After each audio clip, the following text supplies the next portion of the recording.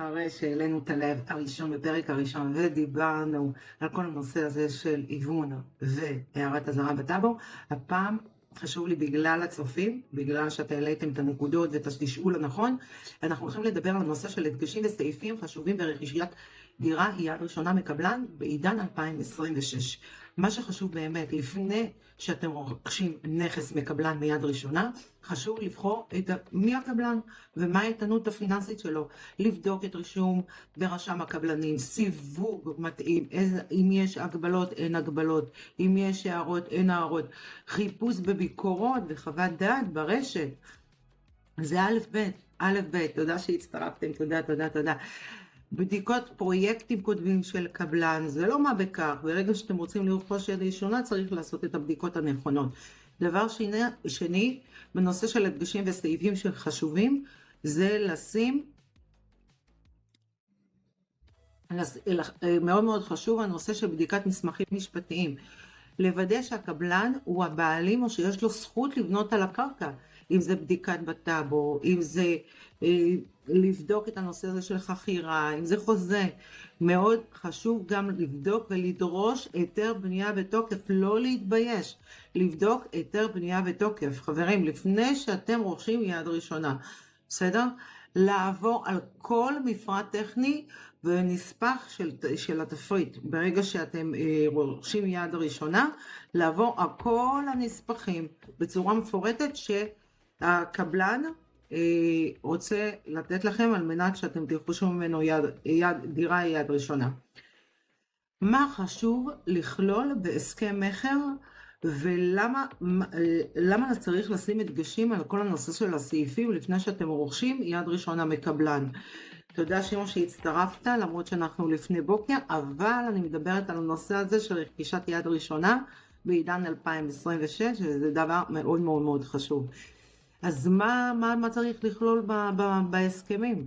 לוודא שההסכם כולל את כל ההתחייבויות, מפרט טכני ולוחות זמנים, תשלום שכר דירה, תשלום השכר, מה טרחת העורך דין, מועד מסירה, פיצויים אם קורה מצב של איחור, מה תשומת לב לסעיפים שבשינוי דיירים, עלויות, תנאים, זה דברים שמאוד מאוד חשובים ברכישת יד ראשונה. בסדר חברים? מה לשאול את הקבלן לפני החתימה? זה הדבר הראשון, לפני שאתם מגיעים לקבלן, אתם רוצים באמת לחתום על חוזה, תשאלו את השאלות הנכונות, לפני שגם עשיתם את הבדיקות המקדימות. באתרים, איזה פרויקטים הוא עשה, לראות באמת את התנאים הכלכליים, להיכנס לרשם החברות, לבדוק על הקבלן הזה, לבדוק אם יש לו הגבלות, אין לו הגבלות, לבדוק את כל הנתונים האלה, זה מאוד מאוד חשוב. תשאול, שמה אנחנו שואלים את הקבלן? מהם התשלומים הגלויים? מבחינת הפיתוח, מבחינת המדידות, מה השומות, מה לגבי הנושא של חנייה, מה לגבי מחסן וכו'. בסדר? זו שאלה ראשונה שאתם חייבים לשאול את הקבלן לפני שאתם חותמים על חוזה בדירה יד ראשונה. דבר שני, מהם המועדי התשלומים? מהם הפעימות שאתם אמורים לשלם לטווח הארוך? ומה קורה אם אתם לא עומדים בתשלומים? שזה גם חלק מהסעיפים שרשומים בתנאי החוזה. אלה ערבויות יש לקבלן. ערבויות חוק המכר, ערבויות בנקאיות, זה דברים שמאוד מאוד חשובים. מהם התנאי הביטול עסקה ומהם הקנסות? האם המחיר כולל הצמדה למדד, תשומות בנייה? מהם הלוחות הזמנים למסירת הנכס? תשאלו, אל תפחדו לשאול את השאלות הנכונות, שאם אתם רוצים לרכוש דירה יד ראשונה, במיוחד בעידן 2026, כי קרו המון מצבים לא קלים עם קבלנים, ולכן אנחנו מדברים על רכישת דירה יד ראשונה מקבלן ולא יד שנייה. יש הבדל בין שני הדברים. בפוסט הקודם אני העליתי את הנושא של דירה יד שנייה. הפעם אנחנו ממשיכים בגלל תשאול של הצופים שלכם. אני ממשיכה בלייבים על מנת כן לדבר על הנושא הזה של דירה יד ראשונה בעידן 2026. אז אמרנו, קודם כל בחירת קבלן ואיתנות פיננסית. דבר שני, צריך לבדוק את הבדיקות המסמכים המשפטיים של אותו קבלן. דבר שלישי, הסכם המכר ומה לכלול בו. שאלה רביעית, מה לשאול את הקבלן לפני החתימה? ועכשיו הדבר שהוא מאוד מאוד חשוב, וזה עבורכם, שזה ההגנה על הקונים. לקבל ערבויות חוק מכר על כל סכום ששולם, לבצע את הבדיקות מול שמאי, מול מהנדס, בשלב טרום רכישה ובבדק בית, לבדוק את תנאי השירות והאחריות, שנת בדק והאחריות מורחבת לפני שרוכשים יד ראשונה, בסדר? מה חשוב לקבל בעת מעמד הרכישה? ברגע שרכשתם את הנכס ביד ראשונה, מהם התנאים במעמד הרכישה? קודם כל, עותק חתום מההסכם המכר על כל הנספחים. זה מאוד מאוד חשוב. יש אנשים שחותמים, זהו, שכחתי. לא זוכרים מה מקבלים, מה לא מקבלים, מה הסעיפים שלהם, מה הטווח הארוך שהם אמורים לקבל. ואז לפעמים אנחנו נוטים לשכוח. ומה קורה בפועל?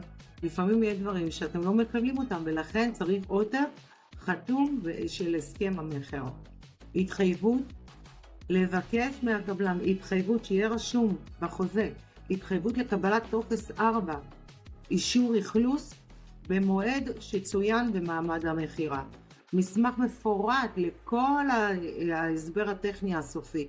מאוד מאוד חשוב על הנושאים ההדגשים האלה על מנת שלא תיפלו בפח. עכשיו, מה קורה אם לא עומדים בפעימות? רכשתם יד ראשונה, בסדר, שילמתם 10% במעמד הרכישה מול הקבלן. מה קורה במצב שפתאום אתם נתקעתם והבנק לא מאשר לכם דברים, ופתאום אתם יודעים, אחרי תקופה מסוימת פתאום אין תזרים כספי? מה אתם עושים במצב כזה? אז קודם כל אתם צריכים לדעת ולהכיר את הכניסות והסנקציות האפשריות בהסכם.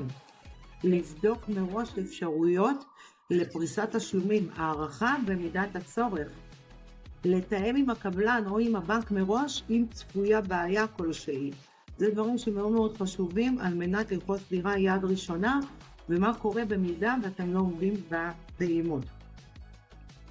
עכשיו, קרה מצבים, אני יכולה להגיד לכם תודה, שמואל, תודה רבה. קרה הרבה פעמים, אני בתור מתווכת נדל"ן, מי שלא מכיר יכול להיכנס לקיר שלי, אני בעלים של עסק עצמאי בתחום נדל"ן והמשכנתאות, במשרד גברת טוב, יש לי רישיון של משרד המשפטים, גם כיועצת משכנתאות לכל דבר ועניין, ואני מרחיבה את הידע שלי ומתמקצעת כל הזמן.